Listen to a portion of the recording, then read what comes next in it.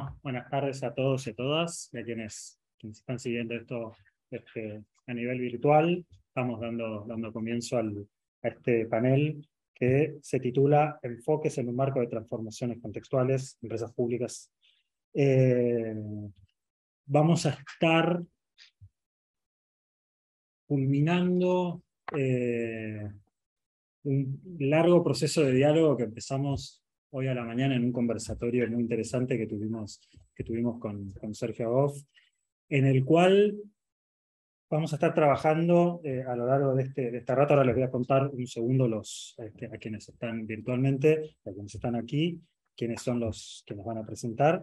Vamos a estar trabajando en un objeto de investigación, de análisis, de reflexión, que, como se decía en el colofón de la jornada hoy al mediodía, es un campo poco sistematizado, poco sistemático de reflexión en el ámbito de la administración pública, y va a ser un gusto poder escuchar a diversos especialistas de diversas universidades nacionales en esta materia. Los voy a presentar solamente para darles paso a ellos y a ellas. Vamos a estar comenzando con Verónica Cáceres, que se desempeña en CONICET, en la UNS, en la Universidad de Luján, que va a tener su ponencia sobre las empresas públicas a la luz de sus contribuciones al desarrollo económico, social y ambiental. Después estaremos con la doctora Mariana Verónica Roca, que trabaja en el CEAP, Facultad de Ciencias Sociales y la UBA. Después con el doctor Manuel Yáñez, que está en la Universidad General de Sarmiento, en la UBA y en el CONICET, que va a trabajar sobre empresas públicas provinciales, roles, políticas y gestión en el marco federal argentino. Y finalmente con Juan José Carvajales, quien se desempeña en UNPAS y en la UBA, además de un desempeño en la función pública. Solamente un segundo para dar cuenta del resultado, de cómo llegamos a este panel en particular. Esto inicia en un curso que, junto con Sergio Goff, quien estuvo a cargo del conversatorio junto con la doctora Patrucci, un conversatorio sobre empresas, como les contaba, sobre empresas provinciales, empresas públicas provinciales, pero esta reflexión que estamos desarrollando sobre empresas públicas es el resultado de un proceso de diálogo y de conversación y de reflexión crítica y muy profunda con empresas del ámbito de las empresas públicas, como les decía, en un curso que tuvimos a cargo junto con diferentes líneas medias del ámbito de las empresas públicas a lo largo del año 2021, en el cual encontramos como un terreno de reflexión muy rico para seguir profundizando en términos de una mayor capacidad de profesionalización en lo que fueron las líneas medias, en particular de las empresas públicas. Y bueno, el resultado de ese proceso de reflexión y de las diferentes publicaciones que fuimos desarrollando a lo largo de este año y pico, culmina aquí, así que me callo, le paso la pelota a los especialistas, empezando con la especialista Verónica Cáceres. Gracias.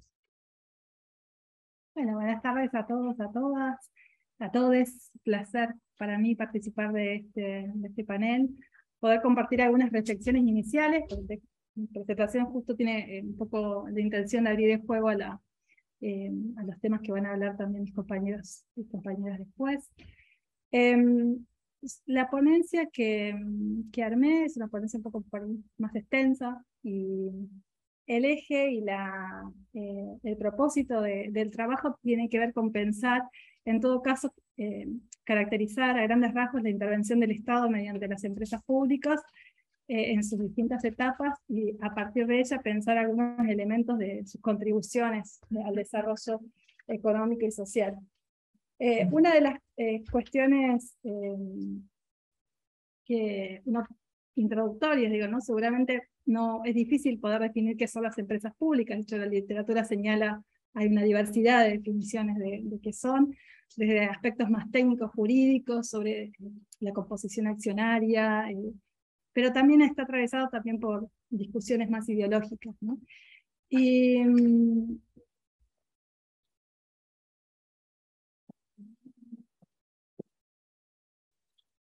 ese sentido, uno de los aspectos... ¿no? Perdón. No, acá no estoy pudiendo, no importa, sigo así. En general, la historiografía le ha puesto poca atención, ¿no?, al estudio de las empresas públicas en general, y sobre todo a poder pensar cuáles han sido las causas de, en todo caso, comillas, su crecimiento, las etapas que ha tenido, los aportes, las contribuciones que han realizado. Si bien hay muchos trabajos más sectoriales que sitúan la atención en casos concretos, seguimientos de empresas públicas, ¿no?, y trabajos sobre, muy buenos trabajos sobre el desarrollo de la industria, pero también casos concretos, estudios sobre lo que fue Obras Sanitarias de la Nación, lo que fue YPF a lo largo de su historia, todavía conforma un área relativa de vacancia, ¿no? En este sentido se pueden destacar publicaciones recientes del INAP, de la revista Cuadernos del INAP, que durante el año pasado y este año sacaron varios números en relación a distintas aristas de las empresas públicas, que vale mucho es muy recomendable su lectura, ¿no? En general, otra de las dificultades para el abordaje de las empresas públicas, como dice siempre Rouget, no hay un marco teórico específico, no hay un desarrollo conceptual específico para el abordaje de las empresas públicas, y no es tan simple su abordaje a la luz de otras teorías como las teorías del Estado o las teorías, los desarrollos de la burocracia estatal, entre otros. Y en general hay mucha literatura también, sobre todo con determinadas perspectivas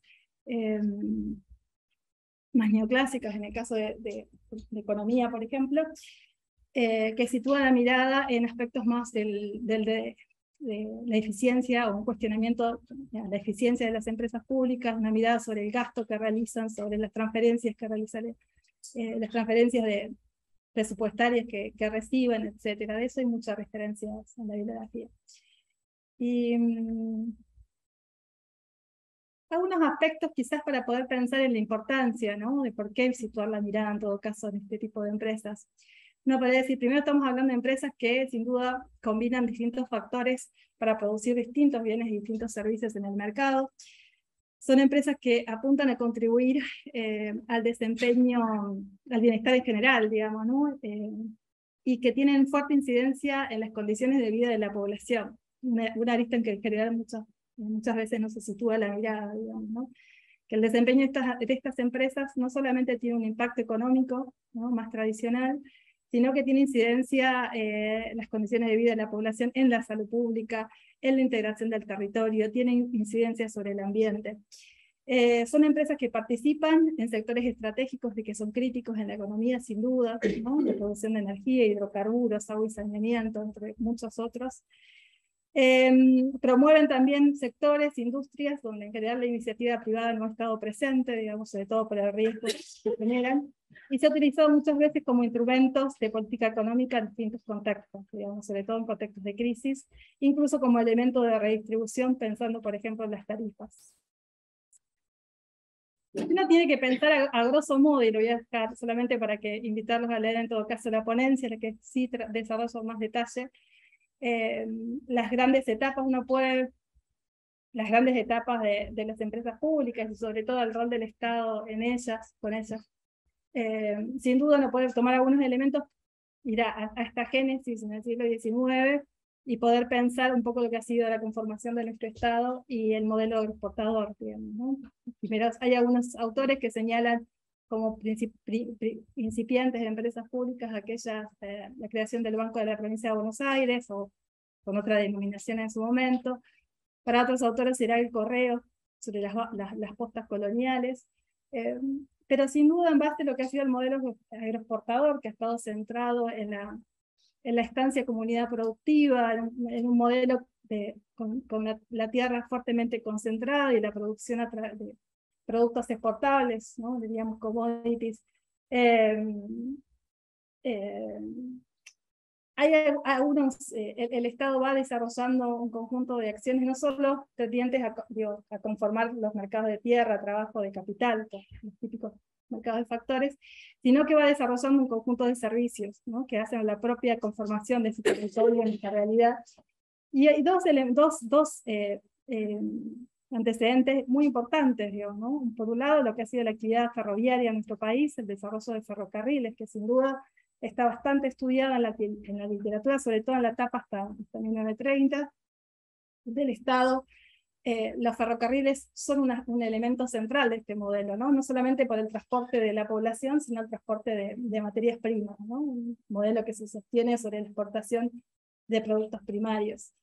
Que han estado con fuerte participación de capitales privados, sobre todo desde Selman en adelante, con traspaso a capitales privados de buena parte de ellos.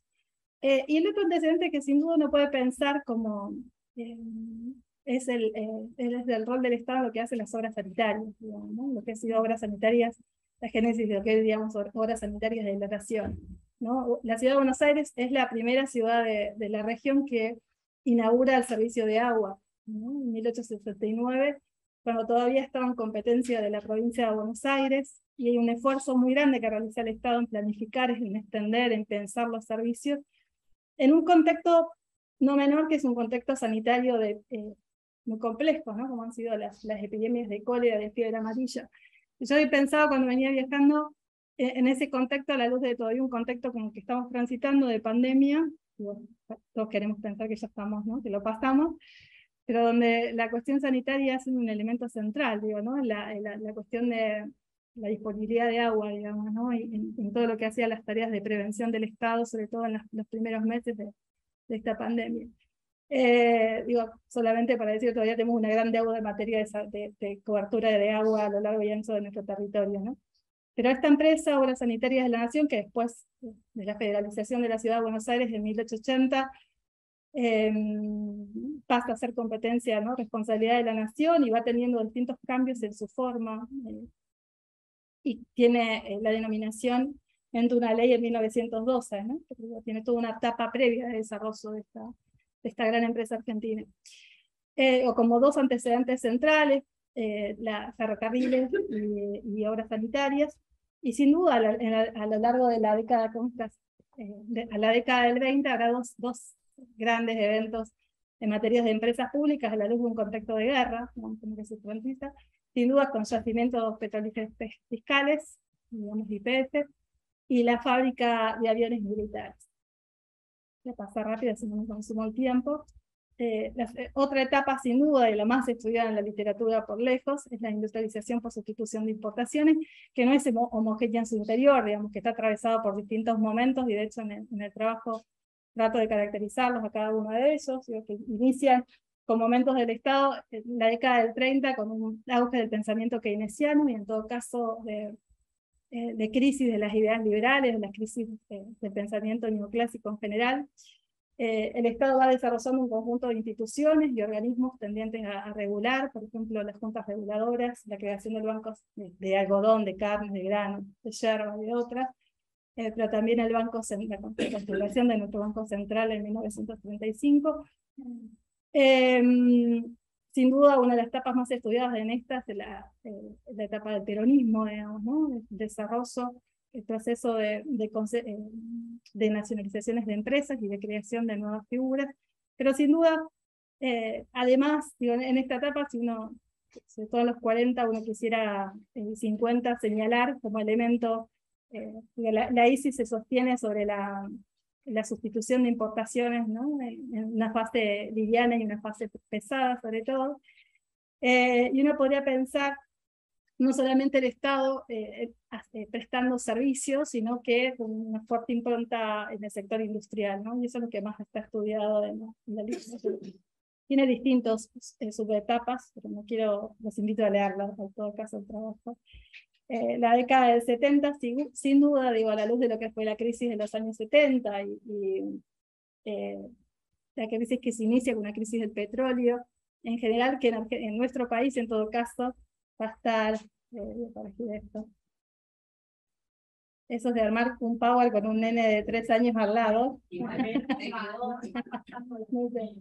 Ah, bueno, está bien, lo dejo ahí. Ah, qué lástima. No sé cómo hacerlo. Porque está con el Zoom, y entonces... No queríamos interrumpir. no pasa nada. No las gráfico o algo. Sí, pero te los paso después. Quedó tildado con el Zoom. Entonces no vieron que había un error de tipeo, ¿no?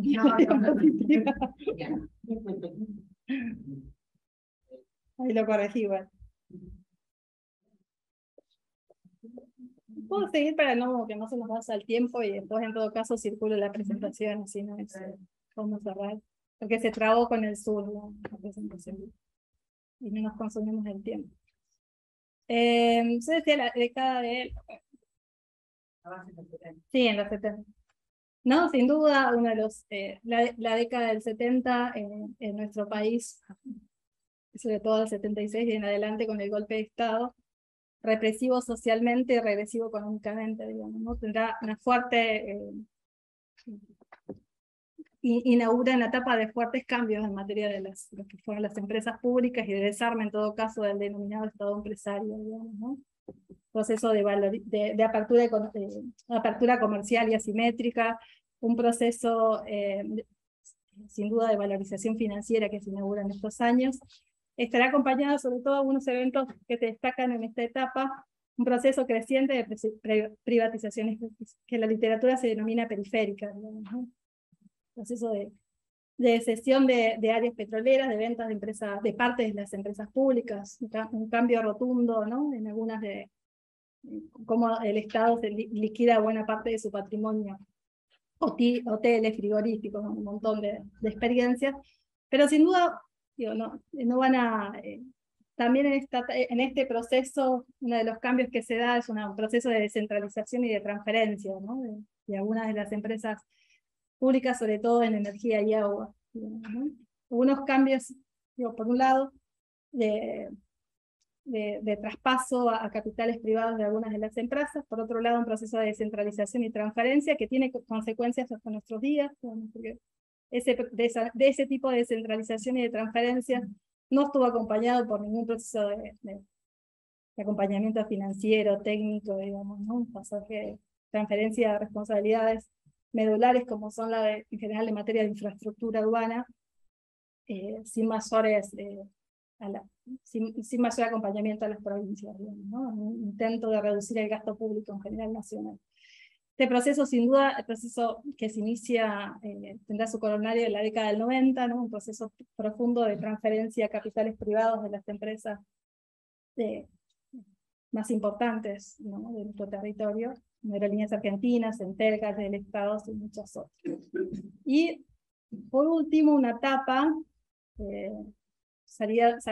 tras la salida de la crisis del 2001 y de la convertibilidad, proceso de mayor revalorización del Estado, un proceso del 2003, sobre todo hasta el 2015, mayor presencia estatal, fortalecimiento de algunas áreas en lo que hace la producción de bienes y servicios, proceso de renegociaciones, que inicia un proceso de renegociaciones contractuales por la salida de la convertibilidad, pero también un proceso que en materia de servicios de congelamiento tarifario y uso bastante creciente de subsidios, digamos, ¿no? Para poder cubrir los costos en un marco de congelamiento tarifarios. Proceso de reestatizaciones y de creaciones, sobre todo de reestatizaciones, pero de creaciones de otras empresas públicas, ¿no? De correo oficial, la creación de ENARSA, por supuesto la salida y la creación de AISA tras la salida del consorcio, y procesos que incrementan en 2008 sin duda con la crisis financiera de 2008, ¿no? Que va a tener su impacto también en nuestro país. Después estas etapas, sí. Dejo de compartir y vuelvo a compartir ahora.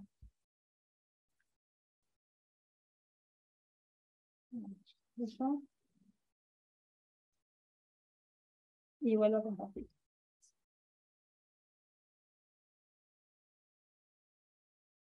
No tengo... Sí, esta es la pantalla. Sí, me puso pisar.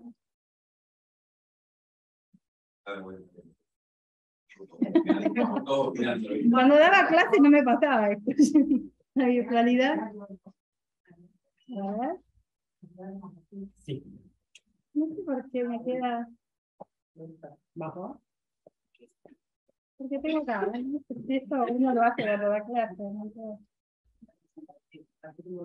Juro que pongo compartir pantalla. Pongo compartir, pongo ahí el.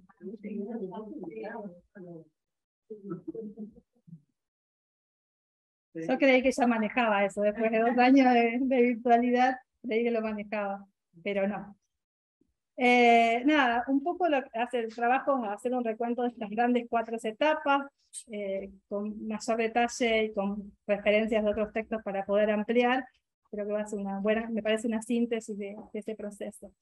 Para cerrar, yo quería hacer unas referencias a 2 cuestiones. Por un lado, algunos de los argumentos que han acompañado el despliegue de las empresas públicas a lo largo de estas etapas, que han ido cambiando desde la consideración de intervención del Estado en fallas, mediante la idea de fallas de mercado, digamos, ¿no? La presencia de mercados concentrados, de oligopolios, sectores que requieren grandes inversiones, sectores que hacen un uso intensivo de capital, donde la recuperabilidad de las inversiones es de largo plazo, donde ahí se hace un fuerte, las inversiones enfrentan costos hundidos que son importantes. Hasta la idea de la insuficiencia, en todo caso insuficiente disposición del capital privado a poder invertir, digamos, ¿no? en actividades que se consideran, muchas de ellas, sobre todo en materia de infraestructura, riesgosas o de baja rentabilidad. La intervención de esto en algunos sectores, porque se consideran sectores estratégicos, de todo lo que hace, por ejemplo, energía. Algunas aristas que hacen intervenciones pensando en la cuestión de redistribución del ingreso, estimular algunos sectores industriales, hasta consideraciones sobre derechos básicos que están involucrados. Eso por un lado, y está más desarrollado en el trabajo. Y por otro lado, para cerrar, quería dar cuenta, ¿no? Un poco este recorrido, intentaba pensar algunos de los aportes de las empresas en grandes etapas, ¿no? Sin duda, lo más tradicional, digo, por supuesto, las empresas públicas hacen una contribución sumamente importante a la generación de riqueza del país, y lo han hecho a lo largo de su historia. Más aún, por supuesto, también son generadoras de empleo, digamos, ¿no? Las principales empresas públicas hoy, que emplean mayor cantidad de empleo, digo, YPF, ferrocarriles, Correo Argentino, etc. También son empresas que administran recursos públicos, ¿no? Importantes en materia de lo que hace su recaudación, o por transferencias del Estado en materia de transferencias del Estado. Pero sin duda son empresas que tienen una fuerte capacidad de compra, tienen la posibilidad de motorizar el desarrollo tecnológico. También son empresas que operan en sectores de alta tecnología, producen para el mercado local y algunos de ellos también exportan bienes y servicios, generan la posibilidad de generar integración vertical y horizontal. Sin duda contribuyen a la ampliación de la capacidad productiva, ¿no? Lo que hace a la producción de otros bienes, a la generación de infraestructuras complejas. Si uno piensa en todo lo que hace la infraestructura, yo siempre tengo, perdón, la cosa de la infraestructura urbana, porque he trabajado sobre servicios de infraestructura, pero sin duda también hacen enormes contribuciones a todo lo que hace a mejorar las condiciones de vida de la población, ¿no? A poder integrar los territorios, sobre todo un territorio como el argentino, que es tan extenso y tan vasto y tan desigual, y con tantas deudas pendientes a lo largo y ancho de él, ¿no?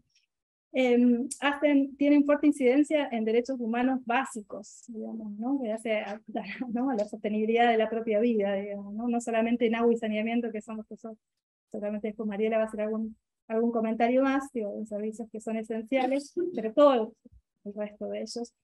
Parte de estos hacen contribuciones a los que hoy son, a partir de la agenda que trazó Naciones Unidas para el 2030, los objetivos de desarrollo sostenible, digamos, ¿no?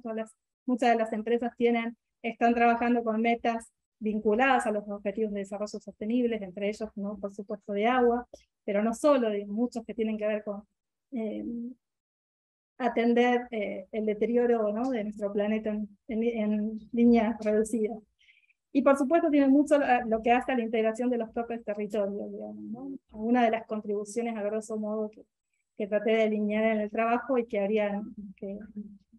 seguramente hay otros que no las consideré. Y en el trabajo la presentación cierra hasta el 2019, me quedará para trabajar el periodo más reciente, pero será objeto de una parte 2.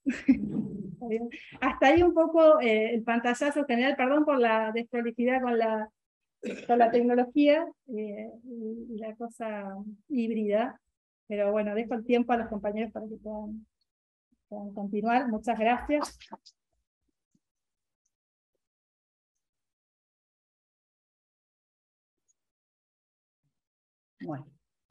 Bueno, buenas tardes a todos. Gracias por haber venido a esta presentación, en esta mesa. Bueno, no voy a hablar de agua, Vero, esta vez no. Pero bueno, este trabajo digamos, se da en el marco digamos, de una investigación más grande que vengo haciendo, que es un poco también, cuando le escuchaba a Verónica, digo, tiene que ver, estamos como todos trabajando en estos temas. Particularmente, digo, si bien también estoy haciendo como el raconto un poco más histórico, pero bueno, mi interés estaba puesto en lo que es digamos, el periodo 2003 hasta 2019, y este trabajo puntualmente tiene que ver con digamos, con los conflictos laborales en las empresas estatales, digamos, ¿no? Es otra, si bien yo, digamos, hice un recorrido, por eso hablamos del agua, un recorrido con el caso de AISA y lo que fue Aguas Argentinas, después amplié esa mirada a hacer, bueno, el estudio más de las empresas públicas en general, pero bueno, particularmente este trabajo me interesó ver, sobre todo a partir, como está ahí este contexto y las preguntas, a partir del cambio de gobierno, en diciembre de 2015, bueno, me empecé a preguntar, bueno, ¿qué va a pasar con las empresas que estaban a cargo del Estado? Si iba a haber procesos que tendieran otra vez como un retorno a la situación de la privatización, qué consecuencia iba a tener esto sobre la gestión empresaria y las condiciones de trabajo, sobre todo de los planteles, y cómo, digamos, cómo se iba a particularmente esto, digo, poner el énfasis en, bueno, ver si se suscitaron o no, si había distintas características en cuanto a la conflictividad laboral en el sector. Digo que también es algo que no es algo muy trabajado, ¿no? Ahí pasé demasiado rápido. Entonces, la hipótesis que recorre, digamos, el trabajo tiene que ver que, si bien no se implementan, digamos, la privatización no es digamos, no es algo que se implementa en primera instancia, sino que todas digamos, las distintas políticas que el nuevo gobierno de la Alianza Cambiemos a partir del 2015 parecieran, digamos, que iban a iniciar ese proceso que de alguna manera terminaría en el largo plazo hacia hacia un proceso de privatización a partir de, bueno, de sistemáticas quitas de transferencias estatales, de falta de continuidad en ciertos proyectos, todo esto generando mayor inestabilidad sobre las empresas, digamos, en la gestión de las empresas, y eso con una injerencia directa sobre los trabajadores. Digo, el caso más patente fueron los despidos en gran cantidad de empresas. Entonces, bueno, de alguna manera pensar cómo se iban a dar, digamos, si podía uno establecer o no una dinámica diferente a la que se venía registrando en materia de conflictos laborales en el sector. La base de datos con la que trabajé fue la base de datos de conflictos laborales que elabora el área de conflictos laborales de la Dirección de Estudios y Estadísticas de Relaciones de Trabajo del Ministerio no sé por qué, del Ministerio digamos, de Trabajo, Empleo y Seguridad de Nación, ¿no?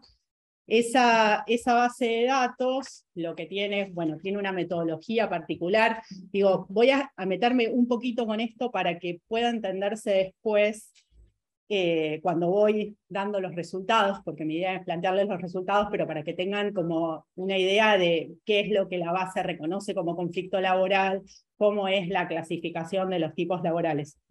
Así que voy a hacerlo lo más rápido posible porque digo, o por lo menos lo que yo creo que es más interesante, si bien la metodología es interesante, pero digo, la gracia está en ver qué es lo que encontré. Digamos, el ministerio, la dirección, lo que considera la metodología, esto basado en las recomendaciones que tiene el OIT, sea, considera todo conflicto colectivo de trabajo como una serie de, digamos, de eventos desencadenados a partir de la realización de una acción conflictiva por parte de un grupo de trabajadores o de empleadores con el objeto, obviamente, de alcanzar reivindicaciones laborales. O sea, que uno puede tener un conflicto laboral, puede estar constituido por diferentes acciones conflictivas. Entonces, lo que nosotros nos encontramos, digo, el tipo de conflicto, la base releva conflictos con paro y conflictos sin paro. En general, digamos, los institutos de estadística en otros países solamente se enfocan en los con paro, o sea, en las cuestiones de la huelga. El Ministerio de Trabajo de Argentina tiene la particularidad que se relevan conflictos también sin paro. Con conflictos con paro, ustedes van a ver después los datos, lo que se puede justamente relevar es la cantidad de conflictos, la cantidad de huelguistas, y hay otro indicador que es las jornadas individuales no trabajadas, que eso implica, digamos, es un índice donde lo que está puesto es la duración de esos paros, que no necesariamente tiene que ver con una jornada, o sea, un día, sino también son fracciones, ¿no?, en tiempo, y eso se multiplica por la cantidad de huelguistas. Y en cuanto a los conflictos sin paro, hay dos dimensiones de esos conflictos que se tienen en cuenta, que es una dimensión más discursiva, donde lo que está dado es el uso de la palabra. Entonces ahí ustedes en el cuadro tienen la primera, lo que sería, se ve nada. ¿Qué están viendo? Nada. Bueno, se los digo. Digamos, todo lo que tiene que ver, esa etapa más discursiva con el uso de palabra de acción, tiene que ver con las declaraciones organizativas, es decir, digamos, la declaración de estado de asamblea, bueno, ese tipo de acciones, el anuncio de una acción conflictiva con fecha, es decir, el 5 de marzo vamos a hacer una movilización a tal lugar, y el anuncio de paro con fecha, paro, digamos, pone la fecha, bueno, en ese caso son los conflictos que releva digamos, la dirección, el área de conflictos laborales. Y después hay otra dimensión, que es la dimensión de la presencia en el espacio, ¿no? Entonces, en esa dimensión, lo que entran es una dimensión de presencia en el espacio y a la vez también, que lo que se tiene en cuenta es los frenos o no a la producción. Entonces, en ese sentido, hay como dos núcleos. Todo lo que tiene que ver con concentraciones, protestas, acampes. Otra manera de ver son las movilizaciones. Otro tiene que ver con los kits de colaboración, y después las acciones más intensas con los cortes, los bloqueos y las ocupaciones. Entonces, la manera de medir los conflictos sin paro tiene que ver con digamos, medidas de intensidad, porque uno no puede decir, digamos, no es lo mismo al medir una huelga, porque una huelga yo puedo contar una huelga, y ahí también, digamos, es posible medir, pero yo no puedo decir que 2 cortes son más que 5 declaraciones de Estado, digamos, no puedo hacer esas equivalencias. Entonces, bueno, estas son las maneras en que se mide, y otra de las, digamos, de las cuestiones, cómo se miden los tipos y las categorías de reclamos. Hay reclamos salariales y reclamos no salariales, y dentro de esos tipos de reclamos hay, entre los salariales, todos los que tienen que ver con las mejoras salariales genéricas, con mejoras salariales para reclamar mecanismos específicos, como por ejemplo reclamo por un bono, o por un aumento o por un adicional. Están reclamos por pagos adeudados, reclamos por negociaciones paritarias, o sea, la apertura de las paritarias, y después están los reclamos por despidos, por regularización contractual, por condiciones y medio ambiente de trabajo, trato discriminatorio, representación, negociación. En digamos, la dirección, digamos, la DIERT lo que mide es hasta la categoría 12, sería donde se incluirían otros reclamos que no están clasificados. Yo en este caso, dentro de ese 12, que es ese otros reclamos, yo me encontré que para este sector había todos unos reclamos por vaciamiento de las empresas que habían quedado como en esa gran bolsa, digamos, ahí agrupados. Entonces yo generé, digamos, digamos, otra categoría que tiene que ver específicamente con los reclamos de vaciamiento. Bueno, eso para que tengan, digamos, como una idea cuando esté, digamos, pasando los resultados. Por acá, los sectores que tomé, digo, este cuadro, no hay manera de mejorarlo para que lo vean. A ver acá. Sí, porque no tiene después, si los números que voy a mostrar de los cuadros va a ser horrible para mirar. A ver ahí. Sí. Lo que pasa es que no va a quedar adentro, ¿no? A ver ahí se ve mejor. Bueno, acá digo, es sometido a discusión qué puede ser o no empresa, sociedad del Estado, empresa pública. Digo, ya los miro a todos y ya me estoy así, atajo. ¿Qué van a decir? Estás poniendo, estás diciendo. Bueno, digo, denme un changüí. Denme un changüí a ver qué se considera. Pero bueno, en realidad es ver qué empresas estaban dentro, digamos, no es que me estoy atajando así de una manera sin consideración, pero en algún punto lo que tomé fue, bueno, el artículo 8 de la 2456, y en función de eso fue que hice la selección. Digo, Entonces, bueno, ¿qué era lo que, digamos, separar las empresas por sector? Transporte, básicamente transporte, comunicación, intermediación monetaria y financiera, las actividades industriales, explotación minera y petrolera, energía, agua y gas, y los servicios sociales, que ahí me caía Lotería Nacional, digo, lo que quedaba, los resabios de Lotería Nacional, porque además piensen que, digamos, eso es una aclaración que tengo que hacer, la base de datos de conflictos recién tiene datos de 2006 hasta la actualidad. Entonces, bueno, era con, digamos, el recorte que podía ser de esto, ¿no? Sigue para abajo, y sigue para abajo. Me parece que otra vez se tildó. A ver, bueno. Lo que consideré también, digo, acá van a encontrar, digo, son conflictos, exclusivamente es Estado Nacional, bueno, por eso decía lo de antes de la ley, son conflictos de rama, hay conflictos de rama y hay conflictos por lugar de trabajo. Sí, se incluyen también conflictos de rama con componente mixto, es decir, que tengo también participando privados de ese sector. Digo, ahí yo entiendo que uno puede estar sobreestimando, por ejemplo, el número de huelguistas, pero me parecía que si excluía eso, me perdía también de ver cuál era la estrategia que desde los trabajadores de las empresas estatales entablaban con otros trabajadores de otros sectores, ¿no? Bueno, que no se huele nada. Bueno, a ver si ahí lo llegan a ver, ¿se ve bien?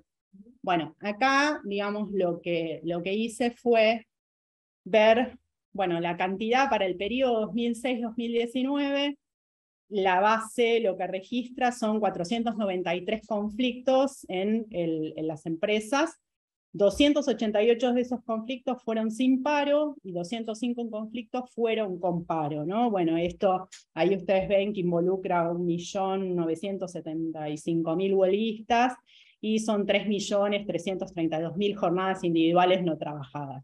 Lo que, digo, haciendo como un análisis de este cuadro, 2013 presenta un cambio, digamos, ahí va a aparecer el primer cambio en la tendencia que se daba desde 2006, hay un incremento significativo en la cantidad de conflictos con paro respecto del año anterior, y esto tiene que ver con todos los que fueron los conflictos que motorizaron los trabajadores tanto de transporte, digo, básicamente, fundamentalmente transporte tiene que ver Aerolíneas Argentinas y Austral, ¿no? Digo, como que es el núcleo más grande de trabajadores en el sector, los otros también, creo que se incluyen ahí. Está la empresa, digamos, la de navegación, EANA, pero básicamente ILAFSA, pero bueno, el núcleo es Aerolíneas Argentinas y Austral.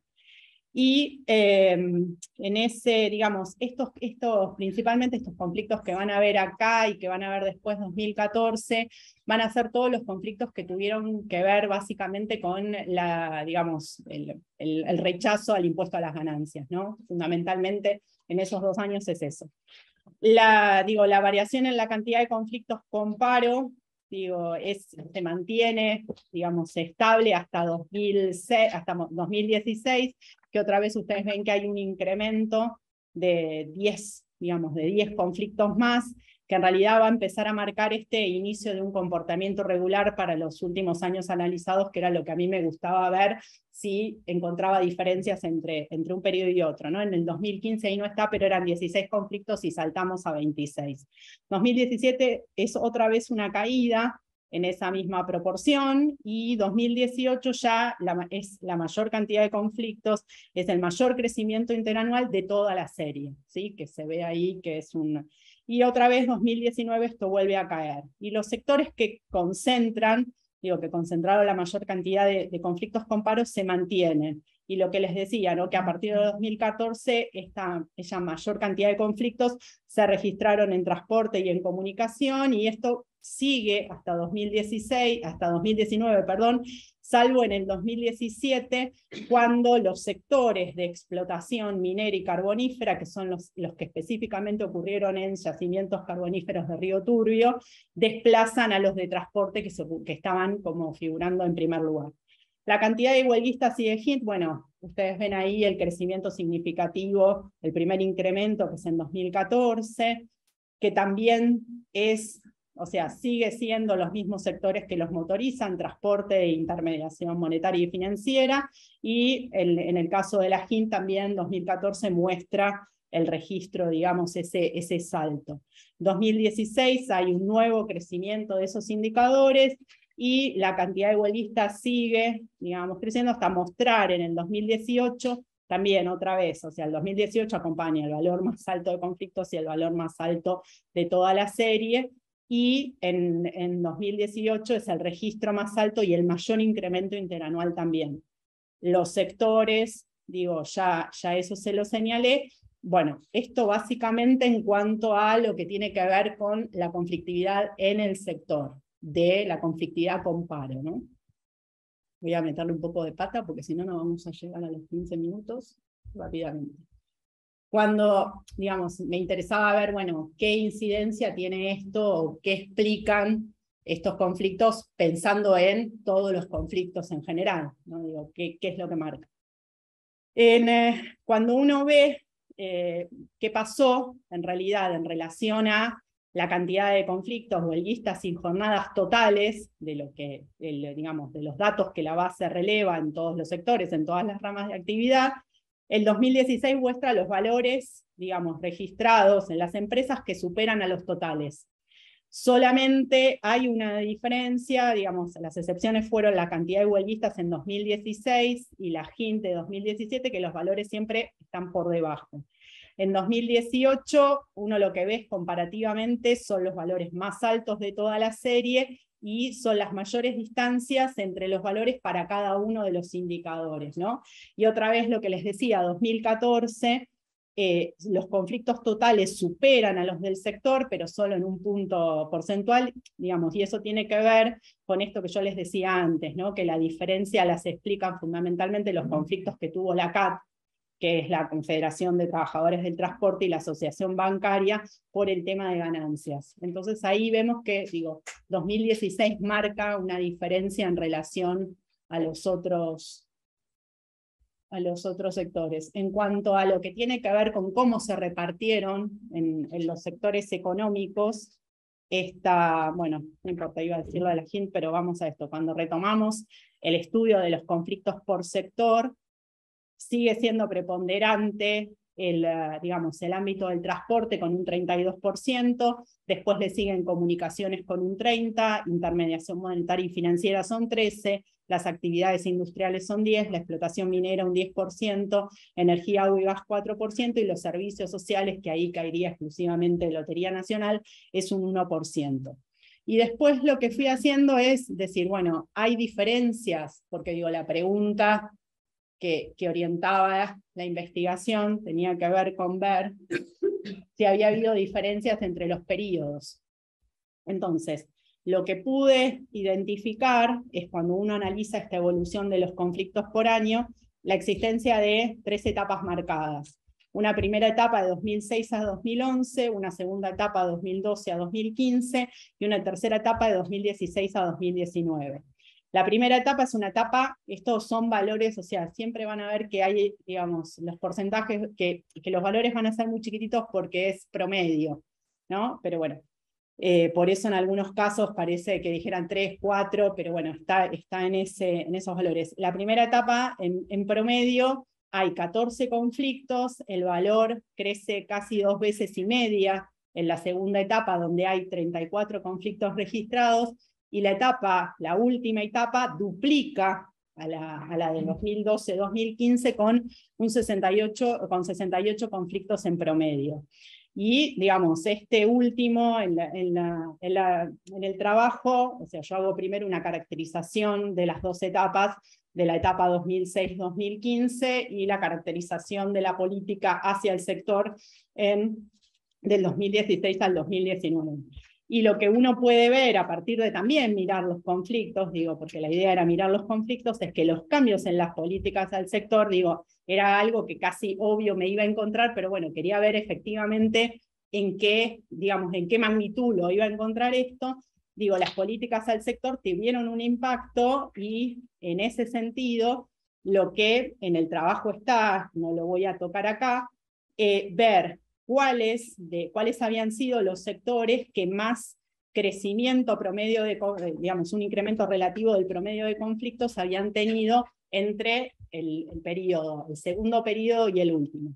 Y donde mayor crecimiento hubo fue en todo lo que fue los medios públicos, digo, ahí tienen Telam, ahí tiene todo lo que fue directamente la injerencia sobre los medios públicos y los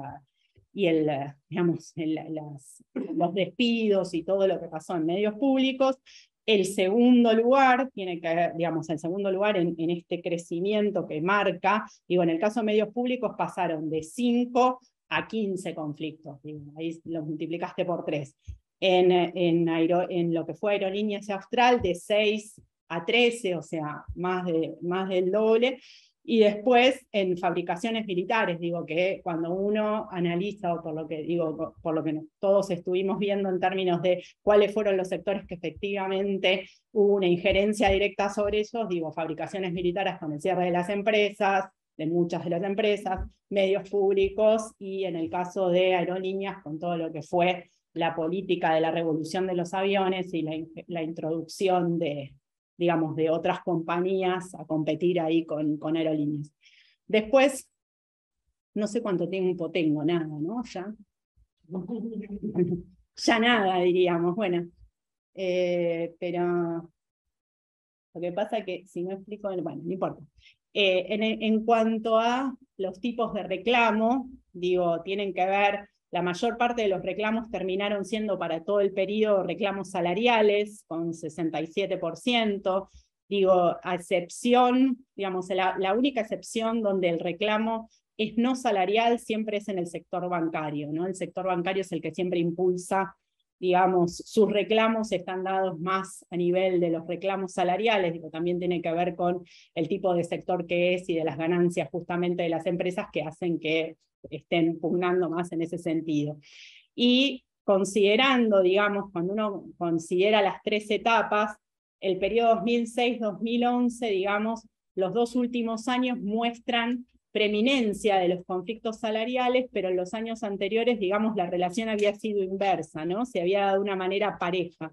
Entonces, la explicación posible de por qué, si bien terminan predominando los no salariales, pero hay todo lo que fue el proceso de la reactivación de la negociación colectiva, lo que hace es que vos en los primeros años sí tuvieras como un reclamo más de tipo salarial, pero después ya, cuando eso ya lo tenés garantizado, vas a reclamar, los trabajadores del sector empezaron a reclamar otras cuestiones que tenían que ver más fundamentalmente con las condiciones de medio ambiente laboral, que justamente es el sector donde se concentra la mayor cantidad de conflictos que se originan entre los años 2010 y 2011, es donde está puesto más el énfasis, ¿no?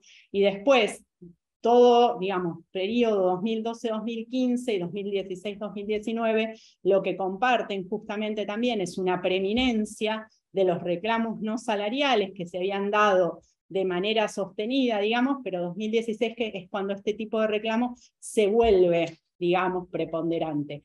Si bien no hay diferencia entre las 2 etapas, lo que sucede con esos reclamos es el crecimiento de las demandas por despidos. O sea, todo lo que fueron reclamos por despidos, eso crece, digamos, en promedio crecen 4 veces los reclamos por esto, digamos. O sea, el impacto que tuvieron las políticas se ve muy llanamente, digamos, en estas cuestiones. Voy a saltarme los conflictos sin paro, en términos de sin paro con paro, los salariales y no salariales. Bueno, no me está ayudando la... Bueno, acá con paro sin paro lo pueden ver, y después, si quieren, lo que voy es directamente, bueno, acá lo que, digamos, lo que se muestra, como yo les explicaba antes, qué tipo de acciones son las que predominan, ¿no? En las acciones sin paro, los trabajadores se concentran en movilizar, digamos, las cuestiones se dan en las concentraciones y las movilizaciones como herramienta de, digamos, como la acción. Pero bueno, acá es, en el caso de los sin paro, pero si quieren vamos a la síntesis, así ya cierro con esto, y bueno, después están invitados a leer. Digamos, en los tres periodos son claras, digamos, encontramos, como les decía, estos periodos claramente diferenciados.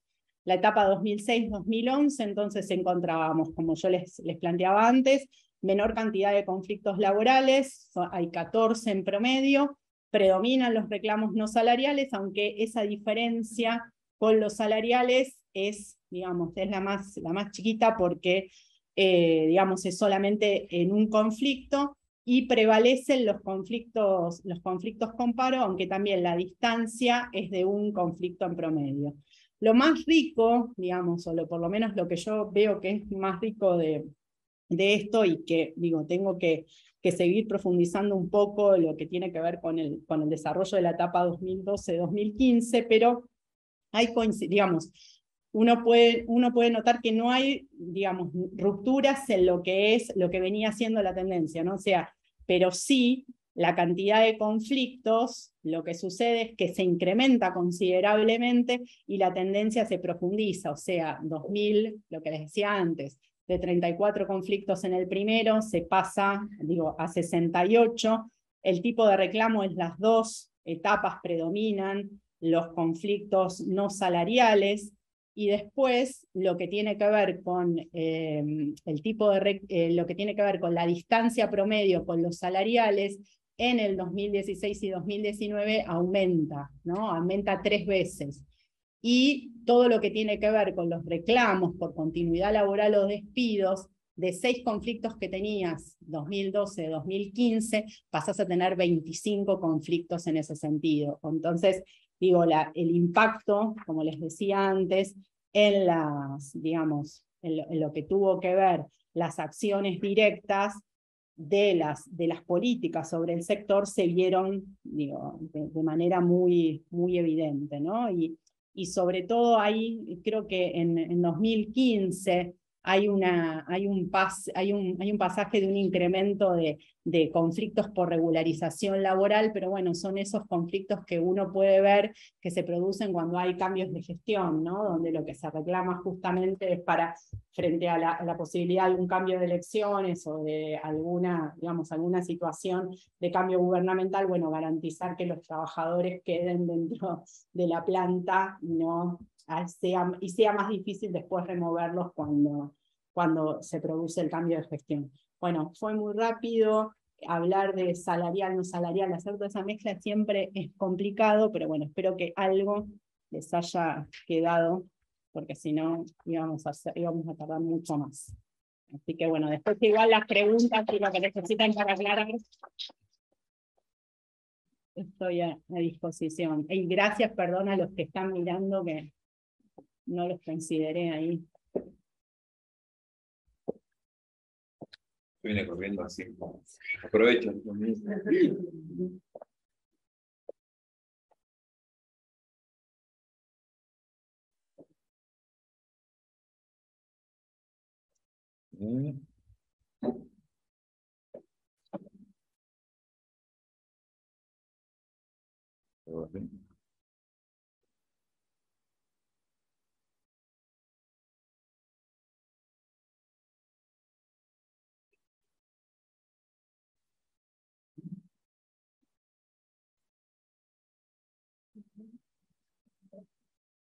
Voy a intentar compartir. Puede salir mal. ¿Está bien? Me voy a ver con premio. Bueno, muchas gracias a todos, todas, quienes están aquí. Voy a tratar de ser breve. El trabajo que estoy presentando acá es sobre empresas públicas provinciales, un poco ligado y enlazado con lo que es. ¿Sí? Es sobre empresas públicas provinciales, enlazado un poco con lo que se charlaba la mañana en el conversatorio que ya mencionaron. La cuestión de las empresas públicas provinciales no siempre está muy abordada. Pero bueno, antes que eso quería presentar algunos puntos de partida, si me deja. Ahí está, vamos. ¿Por qué pensar las empresas públicas provinciales? Bueno, primero hay algo más de base que en general lo mencionó un poco Verónica en el recorrido histórico que hizo. En general, cuando hablamos de los cambios en el rol del Estado a lo largo del tiempo, en general decimos que con las salvedades que uno quiera mencionar, desde el inicio del siglo XXI hubo algunos cambios respecto al posicionamiento del Estado, particularmente en el plano económico, pero también con ciertas políticas activas, etc. Dentro de ese marco, en general también se ha mencionado, y hay algunos abordajes que tratan de comprender también ese sector, ese fenómeno. Se ha mencionado de las empresas públicas a nivel nacional como un instrumento que ha resurgido, aunque sea en términos relativos, en las últimas décadas, particularmente luego de lo que fue el proceso de privatizaciones de fines del siglo XX. Sin embargo, uno puede decir que, y ahora sí, retomando lo que se mencionaba hoy también en la mañana, la cuestión de las empresas públicas provinciales es algo que es poco abordado en general. Prácticamente hay algunos estudios sobre casos particulares, algunos estudios muy pequeños también sobre alguna provincia, quizás, no sé, bueno, también Juan José tiene alguno de los capítulos del manual que publicó hace poco, tratan sobre alguna empresa provincial. Quizás el único caso que hay más bibliografía y más abordajes es, con sus particularidades también, que es el de INVAP, que depende de la provincia de Río Negro, pero bueno, tiene mucha incidencia también en el Estado Nacional, incluso participación en el directorio por la Comisión de Energía Atómica y demás. Y decíamos, bueno, esto puede resultar, como no sé si sorprendente, pero sí, como, al menos como un campo posible de indagación, también teniendo en cuenta la organización federal en Argentina, ¿no? Y particularmente en el marco de los procesos que se vienen dando y de la dinámica propia que viene asumiendo el federalismo argentino, particularmente desde fines del siglo XX, que tiene que ver con algunos, también como mencionaba Verónica, sobre algunos procesos de descentralización muy típicos, bastante estudiados respecto a ciertos servicios que se fueron descentralizando y demás. También en términos de la relevancia que han asumido los gobiernos provinciales, muchas veces se menciona esta idea de que en términos políticos quizás tienen mayor presencia, que sin desconocer muchas veces la dependencia que sigue existiendo a nivel económico, financiero y demás. Bueno, a partir de estos puntos de partida, el objetivo del trabajo fue, y sigue siendo, tratar de explorar el escenario actual de las empresas públicas provinciales, considerando estos dos factores, ¿no? Es decir, en términos generales tiene esta perspectiva más exploratoria, al sumo descriptiva, y eventualmente al tratar de pensar algunas claves explicativas en lo que tiene que ver con la conformación, cuál es el tipo de conformación que tiene el sector público empresarial provincial en la actualidad. Y decía, considerando estos dos elementos, ¿no? Tanto la conformación en el rol del Estado, más en general, y de las últimas décadas, y también la dinámica del federalismo en Argentina. Bueno, dado que no hay información disponible, lo que emprendí en su momento, ya hace un par de años, fue un relevamiento de empresas dependientes de las 24 jurisdicciones, de las 23 provincias y de Cava, más allá de, bueno, las particularidades de Cava, digo, en términos jurídicos y institucionales, está contado como una jurisdicción adicional de segundo nivel, y avancé en la construcción de una base de datos propia de empresas públicas provinciales. Bueno, yo también me voy a atajar, como también hizo Mariela, porque implica cierta cantidad de desafíos en la construcción y en la selección de cuáles son las entidades que se va a contabilizar o no dentro de esta base de datos. En términos de definición, digo, conceptualmente también se mencionó, hay una variedad de definiciones posibles. Esos criterios de inclusión también en términos jurídicos, de la actividad que desarrollan, etcétera, etcétera. Y hay un desafío adicional que es el acceso a la información. El reglamento se hizo particularmente con datos de acceso público, y dentro de las heterogeneidades que hay a nivel federal, también el acceso a la información en diferentes jurisdicciones es bastante variado. Particularmente en los datos que están presentados en este trabajo, para incluirlos se tomó en cuenta primero el tipo societario, digo, que efectivamente responda a algún tipo de formato empresarial posible, con la posibilidad, digo, en el que el Estado tenga injerencia en la propiedad o en el control. Y también se incorporaron, digo, más allá de esta definición, en general no se tomaron empresas subsidiarias, sino las empresas principales, pero también se tomó en cuenta lo que tiene que ver con aquellas empresas que el propio Estado reconoce como sus propias empresas públicas. Digo, porque a veces cuando uno ve, digo, alguna de las fuentes, en términos legales, pueden ser leyes de presupuesto, que algunos consolidan o no dentro de la ley de presupuesto, muchos no. A veces los tribunales de cuenta, digo, provinciales, a veces fue bastante útil porque muchas veces, al estar en general, a pesar de todas las particularidades jurídicas y de aplicaciones de diferentes tipos de derecho, etc., en general los tribunales de cuenta tienen alguna función de control, entonces también he ido a esas fuentes. Pero decía, digo, tomando un poco esas dos perspectivas, se construyó lo que voy a presentar a continuación.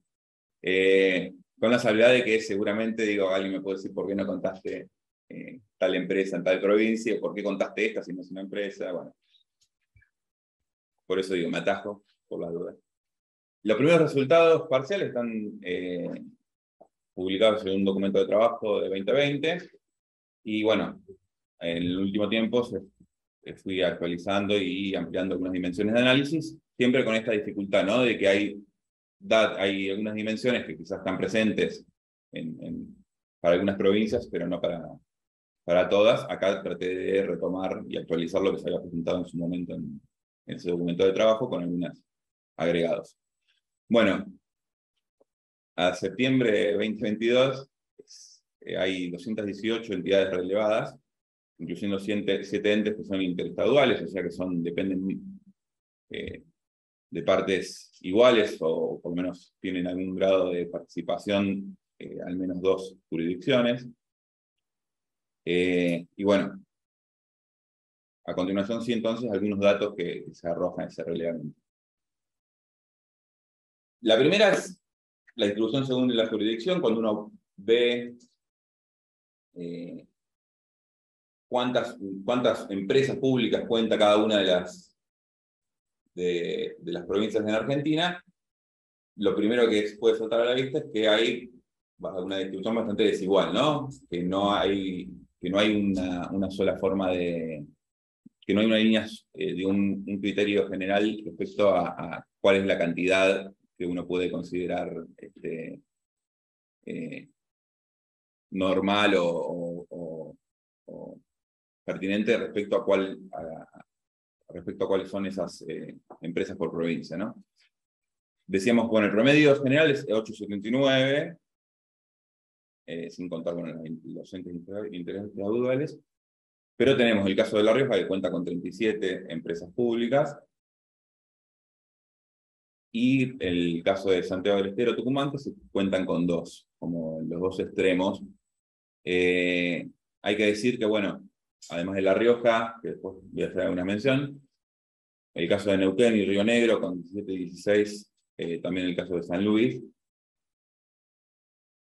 son quizás los que destacan. El caso de Córdoba es algo particular, porque en realidad ahí están contados alrededor de 6 o 7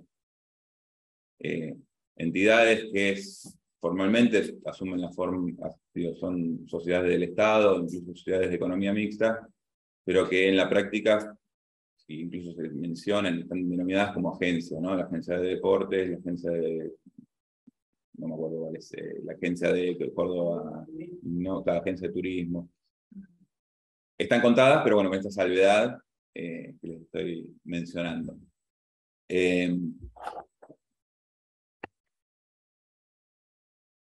Respecto a las actividades económicas, acá están contadas, digo, las actividades económicas que desarrollan las empresas públicas provinciales. Acá están mencionadas, digo, la clasificación es la del clasificador de actividades económicas del INDEC, tiene sus beneficios y sus, y quizás algunas cuestiones que quizás se pueden mejorar respecto a esta clasificación, pero al menos sí permiten dar una idea de la amplia variedad de actividades que desarrollan las empresas públicas. Y también con otra salvedad, ahí está seleccionada la que se fue considerando que era la actividad principal que desarrollaba una empresa. La realidad es que hay algunas empresas que desarrollan actividades en varios sectores, por lo que es otro ataje que me hago por las dudas.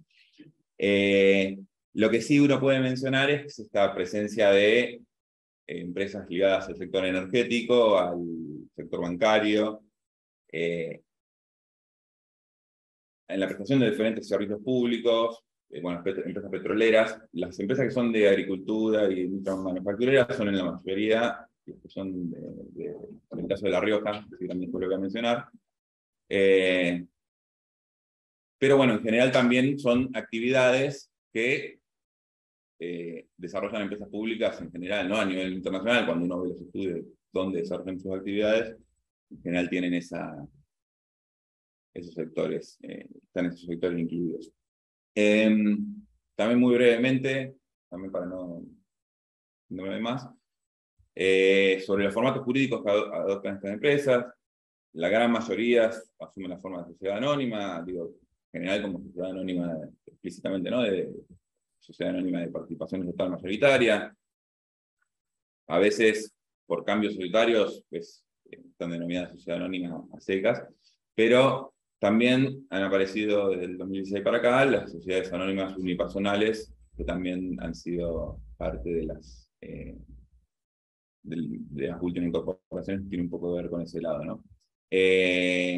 Bueno, sociedades del Estado del 24%, otros formatos jurídicos, que ahí en realidad hay, dentro de la variedad existente de formatos jurídicos, de empresas del Estado, sociedad de economía mixta, incluso, bueno, hay SRL que están también incluidas, y particularmente una serie de entidades que están planteadas como entes autárquicos, que también están incorporadas en esa categoría. Y bueno, los entes interestaudales que mencionaba antes.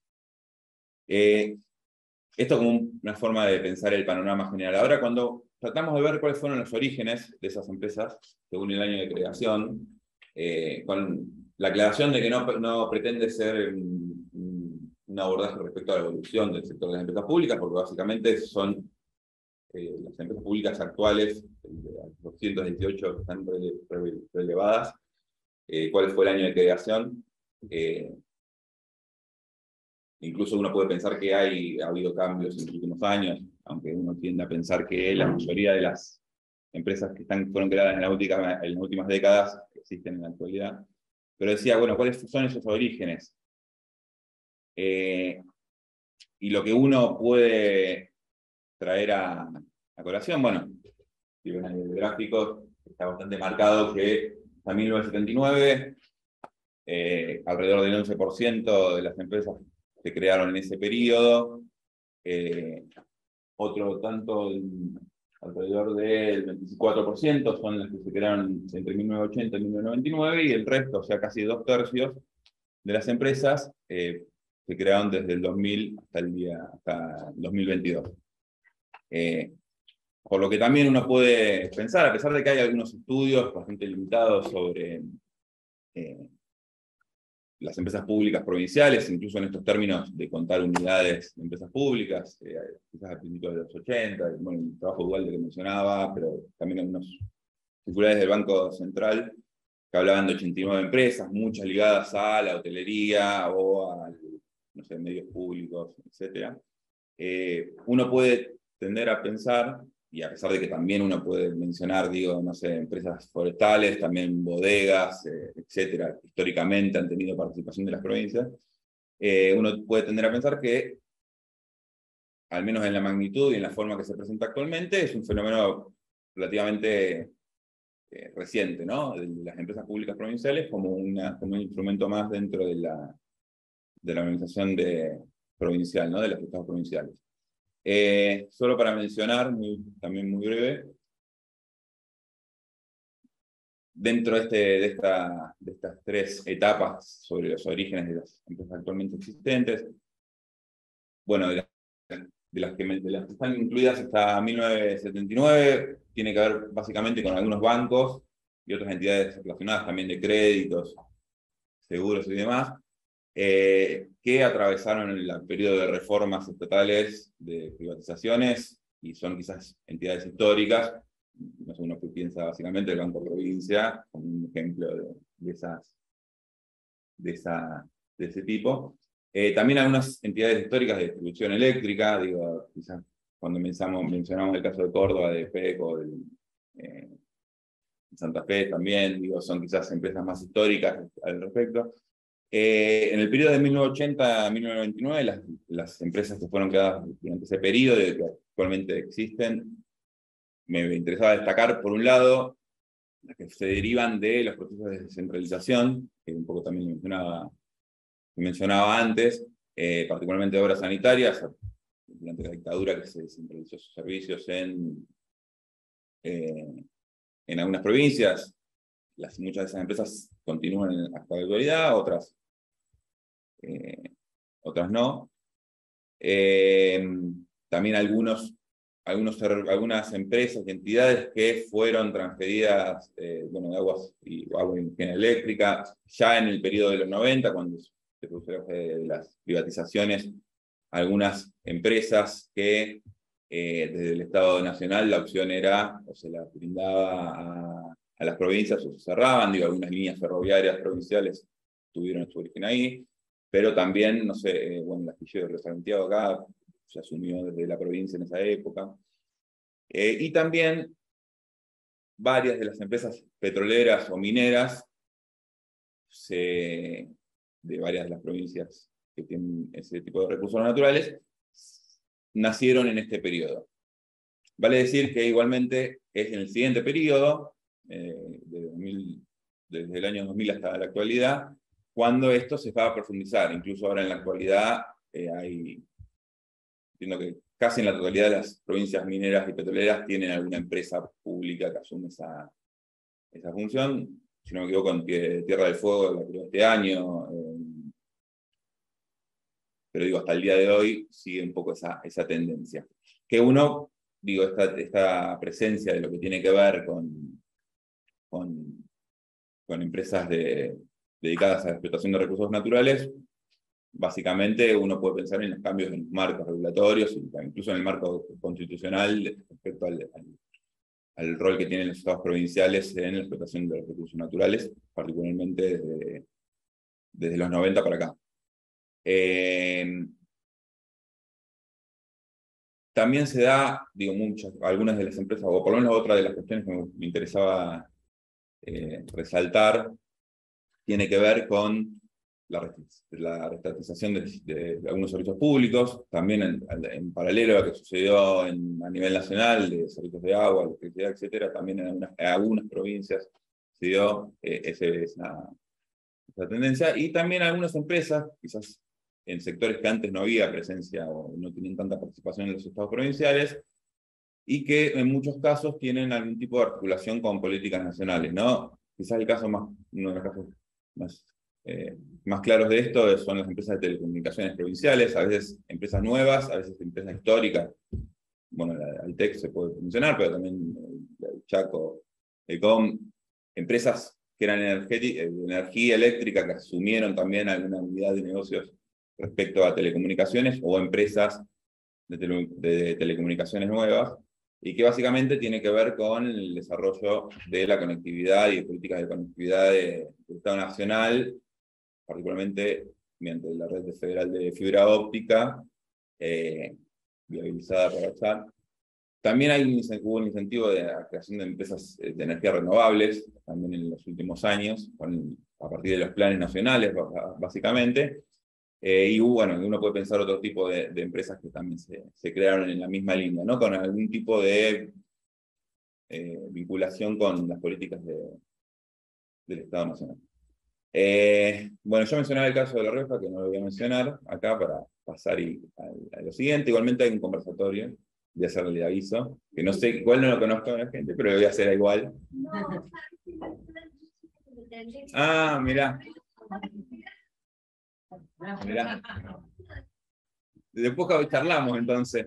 Bueno, La Rioja no está, así que no vayan. Ah, ok. Bueno, después bueno, mucho gusto. Pero bueno, para no pasarme más del tiempo, que voy bastante bien, pero ya me pasé. Algunas consideraciones finales que quería hacer. Bueno, primero esta idea de la distribución desigual respecto en términos geográficos, ¿no? de las jurisdicciones. Y quizás algunas, posibles interpretaciones o ligadas a por qué hay ese tipo de diferencias, en parte, pero no solo en eso, sino quizás habría que avanzar en estudios más provinciales. Tiene que ver también con el rol histórico del sector público en cada una de esas provincias. No sé, uno particularmente hablaba esto, pensándolo en el caso de La Rioja, por ejemplo, pensar el rol que tiene el Estado, a pesar de uno puede pensar que es una provincia periférica, pero siempre con unas de sus por lo menos en términos económicos, el rol del sector público como ciertamente relevante, incluso lo que fueron las políticas de promoción en términos históricos, el debilitamiento, la eliminación de esas políticas, por qué en determinadas sucede eso en La Rioja, que uno de los datos que iba a traer era que la totalidad de las provincias, de las empresas públicas de La Rioja, 37, fueron creadas o fueron referenciadas desde el 2008 para acá. O sea, es un fenómeno de los últimos 15 años. Bueno, también en algunas provincias, hablábamos de Neuquén o Río Negro, de la importancia de los estados provinciales históricamente en términos de desarrollo regional en esas provincias, las provincias patagónicas, pero bueno, quizás como algunas posibles formas de entender la conformación particular, ¿no? del sector de las empresas públicas provinciales. Decíamos, bueno, algo que ya mencioné, esta participación en una amplia variedad de sectores. También el predominio de formatos jurídicos flexibles, que es bastante entendible, y que, bueno, seguramente se hablará luego. Sí es relevante la poca presencia de instancias de centralización o coordinación. Hoy había una pregunta al respecto sobre el caso de Buenos Aires. En general no existe, no está incluido en el trabajo, pero en general dice un recorrido sobre eso. En el caso de La Rioja sí hay algún nivel mayor de coordinación o centralización, pero en general todas las empresas tienen, quizás eso tiene que ver con el volumen de empresas y de entidades que hay, pero en general tiene esta dependencia más sectorial de cada ministerio y hay poca coordinación general. Hay a veces alguna secretaría o alguna subsecretaría que tiene que ver con audita o que tiene injerencia en términos más económicos, contables, etc. Bueno, y algunas cuestiones que se pueden llegar a profundizar en el futuro. Primero, lo que tiene que ver con el impacto económico-social. Uno puede pensar, contar solamente las unidades no permite visualizar el impacto en términos de empleo, el impacto si son empresas comerciales, de facturación, de presupuesto, etcétera, etcétera. Que tiene que ver también quizás esas dificultades de acceso a la información, pero quizás es algo a se pueda tomar en términos más provinciales, regionales. También en los diferentes roles que pueden tomar estas empresas, si es un rol protagónico de subsidiario respecto al sector privado, o incluso, como sucede también con algunas empresas petroleras o mineras, que existe la empresa pública, pero en realidad es como una vía más de vinculación con el sector privado, a partir de acuerdos y demás. Eso es algo también a preguntarse. Bueno, la cuestión de las formas de gestión y esta cuestión de la articulación nación-provincias como otra cuestión también novedosa que, o por lo menos, que me parece relevante para pensar. Y gracias. Y lo más rápido.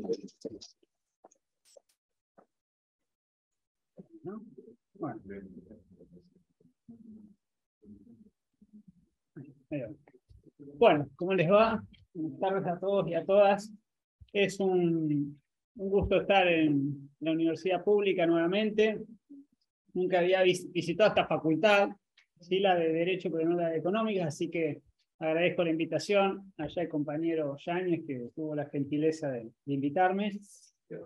Y el resto de ustedes por compartir aquí. Les voy a presentar una obra reciente, se llama Manual de Empresas Públicas en Argentina, 2046-2020, que es producto de un proyecto de investigación que llevamos adelante en una universidad del conurbano bonaerense, la Universidad Nacional de José C. Paz, la querida UNPAS, que duró 4 años, nos agarró en el medio de la pandemia, pensamos que no lo íbamos a terminar, pero acá lo tenemos finalmente. Y es una obra, le llamamos manual, porque intenta ser abarcativa en términos tanto conceptuales como cuantitativos. Rápidamente la obra tiene 2 prólogos, uno de Pino Solanas, que fue lo último que produjo a nivel escrito, antes de irse a París y fallecer allá lamentablemente de COVID en pandemia, y otro de Jorge La Peña, que son 2 visiones complementarias en cuanto a la energía, sobre todo, y al rol del Estado. Luego tiene una parte general, más conceptual, donde estudiamos la historia de las empresas públicas y el presente del Estado empresario, y algunas temáticas específicas como empresas públicas y derechos humanos, el tema de gobierno corporativo, el acceso al agua o al servicio de justicia. Y luego una parte más de casos, estudio de casos, donde ahora vamos a ver, estudiamos a fondo todos los casos nacionales, ¿sí? Que dependen del Estado Nacional, y luego algunos de esos casos los estudiamos en profundidad, ¿sí? La empresa prototípica, las 2 que vemos ahí, YPF a nivel nacional y EIMBAP a nivel provincial, pero hay otras, algunas energéticas como Enarsa y ASA después, o Camesa, y otras provinciales como GIP de Neuquén, Fomicruz de Santa Cruz y la propia EIMBAP. El plazo es 1946-2020 porque entendemos a mediados de los 40 se establece un régimen integral para las empresas públicas, llamadas en su momento empresas del Estado. Hay una primera ley en los 40 que las agrupó como empresas del Estado. Ya en los 70 sale la ley de sociedades del Estado y se transforman. Y el último periodo, luego de la fase de las privatizaciones, va a ser, como decía Manuel, el de las sociedades anónimas puras, ¿sí? Que nosotros llamamos SABIE, porque las denominamos sociedades anónimas bajo injerencia estatal. Bien, las etapas más o menos ya lo dijo la compañera Verónica recién, no me voy a detener ahí, pero sí en el estudio de casos. Digamos, sabemos que hay una gran discusión sobre qué es una empresa pública, es un concepto genérico, pero cómo las denominamos, cómo las caracterizamos, cómo las estudiamos históricamente. Sabemos que no es fácil ir al pasado y determinar cuáles eran y cómo funcionaban. Sí sabemos que luego de ese artículo 40 en la reforma constitucional del 49, se entra en lo que llamamos las 3 décadas de oro, ¿sí? Ese legado del constitucionalismo social, donde la sustitución de importaciones y el rol estatal en la economía tiene 3 décadas fuertemente caracterizadas por la presencia del Estado y de las empresas públicas en particular. Un informe de CEPAL del 83 habla de casi 300 empresas públicas, y el número nos va a ser relevante, más allá de la magnitud de su accionar, por lo que va a ser después de las privatizaciones, ¿sí? Poder sacar algunas conclusiones. Claramente esto que estaba siempre marcado por la mirada del Banco Central entre empresas financieras y no financieras, al menos nos da una trazabilidad para traer al día de hoy. Bueno, las críticas sabemos que dieron lugar a las privatizaciones, eso es por todos conocidos. Sí, esto algo esbozaba recién Manuel. ¿Qué sucedió en los 90? ¿Sí? Se suele hablar de las privatizaciones, pero no fue el único procedimiento que se lleva adelante. Y así como en salud y educación la nación le pasa a las provincias la responsabilidad, con más o menos recursos financieros, pero la responsabilidad primaria se lo traspasa, porque con las empresas públicas pasa algo parecido, ¿sí? Porque vamos a ver que no desaparecen, sino que cambian de foco, de unidad funcional, y muchas son vendidas, pero otras pasan a la esfera provincial o algunos municipal en algunos casos, e incluso a unidades más chicas como cooperativas, y esto en la distribución eléctrica o de agua se ve mucho. Bien, a partir de los 2000 se da un reverdecer del Estado empresario, primero tímidamente y como una respuesta a que las privatizadas se van por la especificación asimétrica de las tarifas. Hay que salir a garantizar un servicio público, bueno, ahí está el Estado. YPF siempre es el caso prototípico, y decimos nosotros que se adelanta al resto. Primero en la fase de privatizaciones, fue la primera que comenzó en el año 90, pasando de sociedad del Estado a sociedad anónima, que seguía manejando el Estado, pero ya el tipo societario había mudado, y al final de esa larga década, en 99, se termina vendiendo a Repsol. Y lo mismo en los 2000, ¿sí? YPF siempre marcando el camino, y en el 2012 va a ser la gran referencia con la ley de expropiación mayoritaria. Pero hay otros casos también, hoy lo fueron citando, que demuestran cómo se está cambiando de paradigma lentamente en los 2000. Ya para 2007, 2008 se ve como una decisión más orgánica, ¿no?, de la administración de llevar adelante este nuevo capítulo. La norma, cuando uno tiene que anclarse a algo vigente hoy en día, es este decreto 50 de fines del año 2019, con el advenimiento de una nueva gestión en la Administración Pública Nacional, que lo que hace es primero organizar todo el sector público, y después va bajando en el nivel de descentralización hasta que llega a los entes del sector, a las empresas y sociedades del Estado, que es como una caracterización genérica, y adentro se van unificando, y vamos a hablar de 36 casos que están en ese decreto, que están todos siempre en la órbita de algún ministerio o alguna secretaría, siempre se cuelgan de alguna dependencia de la administración central. Entonces, estos casos ahí citados, algunos muy conocidos, otros no tanto, desde YPF, ARSAT, otras energéticas o del área de comunicación o tecnológicas. Este universo, que es el que figura en un anexo de ese decreto, se le puede hacer alguna corrección, tanto porque falta alguna empresa como porque sobra alguna que no deberíamos caracterizar ahí porque pasó al sector privado. Pero para dar una dimensión del volumen y cantidad de compañías, sirve obviamente. En el año 2008 sabemos que se nacionalizó la seguridad social, y con eso tuvo como coletazo que la participación de las ex AFJP en empresas que cotizaban en bolsa fueron colectadas en su conjunto por la ANSES, ¿sí? Y ahí la participación del FGS, el Fondo de Garantía de Sustentabilidad, en estas compañías sumando esos porcentajes en cada compañía, hizo que pudieran poner, por ejemplo, directores, integrantes en el directorio. Siempre vamos a ver ahí, por ahí no se ve tanto, son porcentajes minoritarios. En ningún caso el Estado Nacional puede gobernar la compañía, ni por la cantidad de acciones, ni por la regulación estatutaria, pero sí tener participación directa y tener acceso a información siendo compañías de gran envergadura y en todos los rubros posibles.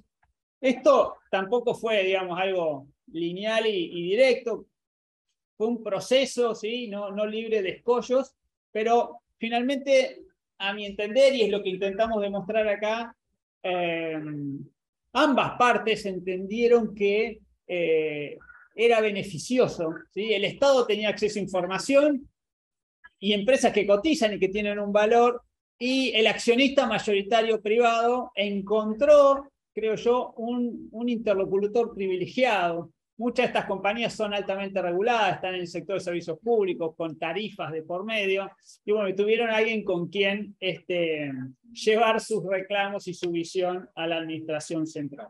Lo cierto es que no se vendió el paquete accionario, que parecía en un primer momento que eso iba a ocurrir y que iba a caer el valor de las compañías. Eso no sucedió, ya pasaron unos cuantos años, y en el medio pasó una administración. Yo siempre digo, los gobiernos nacionales y populares, para englobarlos, o más progresistas, no saben qué hacer con las empresas privadas que ganan plata. No saben cómo manejar. Ahora, cuando vienen gobiernos más ortodoxos, más de derecha, lo que no saben hacer es qué hacer con las empresas públicas, y sobre todo las empresas públicas que pierden plata, ¿no? Entonces vamos a tener un problema de visión y de gestión, porque es lindo cuando es fácil cuando estoy en la oposición criticar, pero cuando me toca manejarlas y gestionarlas, bueno, ahí se me genera un conflicto de qué hacer, o las vendo todas y me las saco encima, y de repente enseguida se dan cuenta que eso no es posible. Bueno, hay que manejarlas y eso es un esfuerzo. Bien, empresas públicas provinciales, esto no voy a innovar porque se lo tomamos acá el compañero Yáñez, que hace esta caracterización,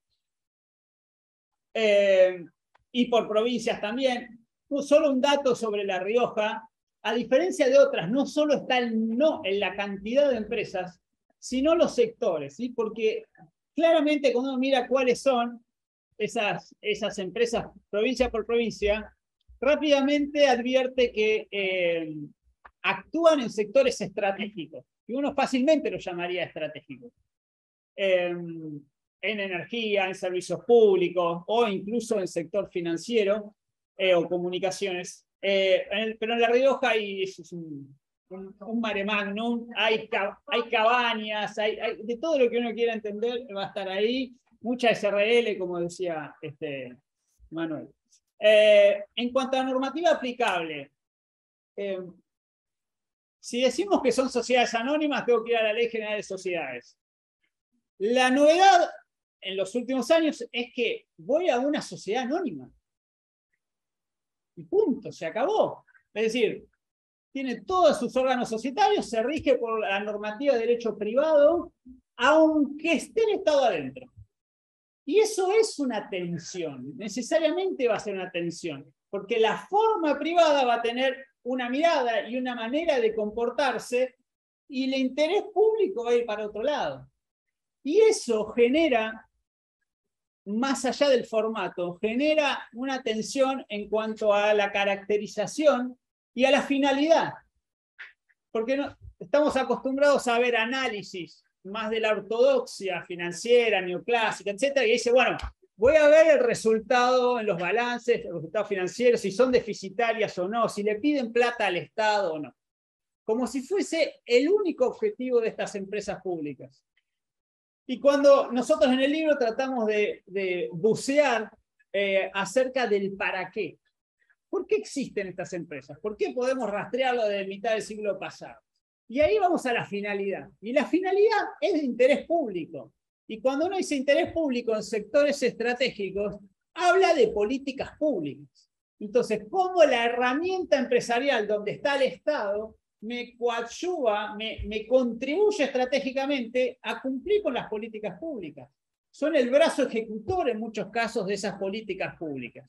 Entonces, tal vez, no lo aseguro y no en todos los casos, pero tal vez ejercer esa función de tener un rol en la política pública implique que yo no pueda ser superavitario, porque tengo que garantizar conectividad, porque tengo que garantizar producción, porque tengo que llevar adelante funciones que no son rentables, pero que el Estado las asume por sí y que no las puede delegar.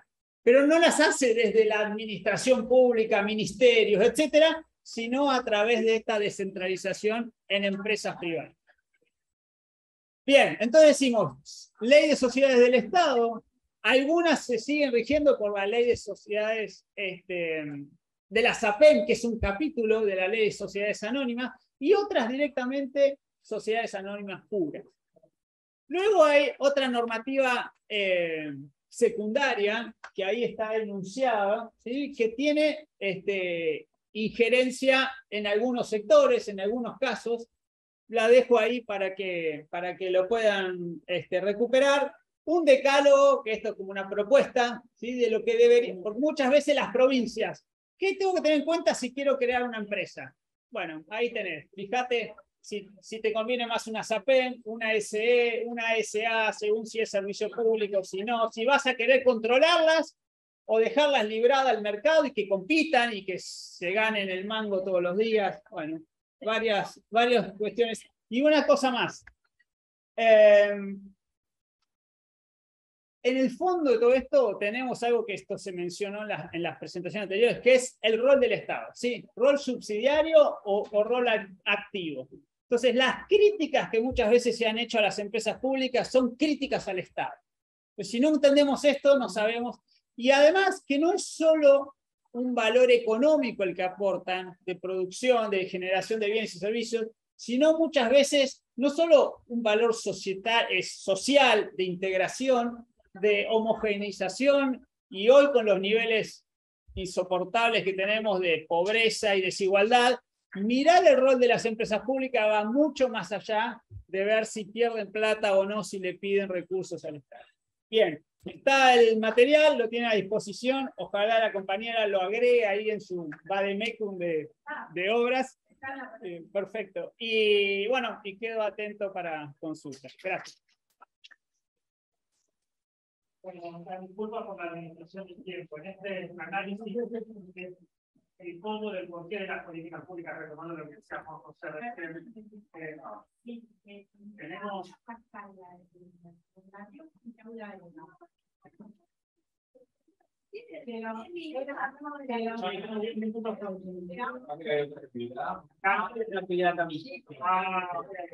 ¿cuál es la relación? ¿Cómo era el título? A ver. Algo de la Rioja. Ah, está en la otra, sí. Podríamos seguir cambiar el aula a eso para no desplazarnos. Nos vamos nosotros. Ah, que de acá no, que ya está todo. No, los que no vamos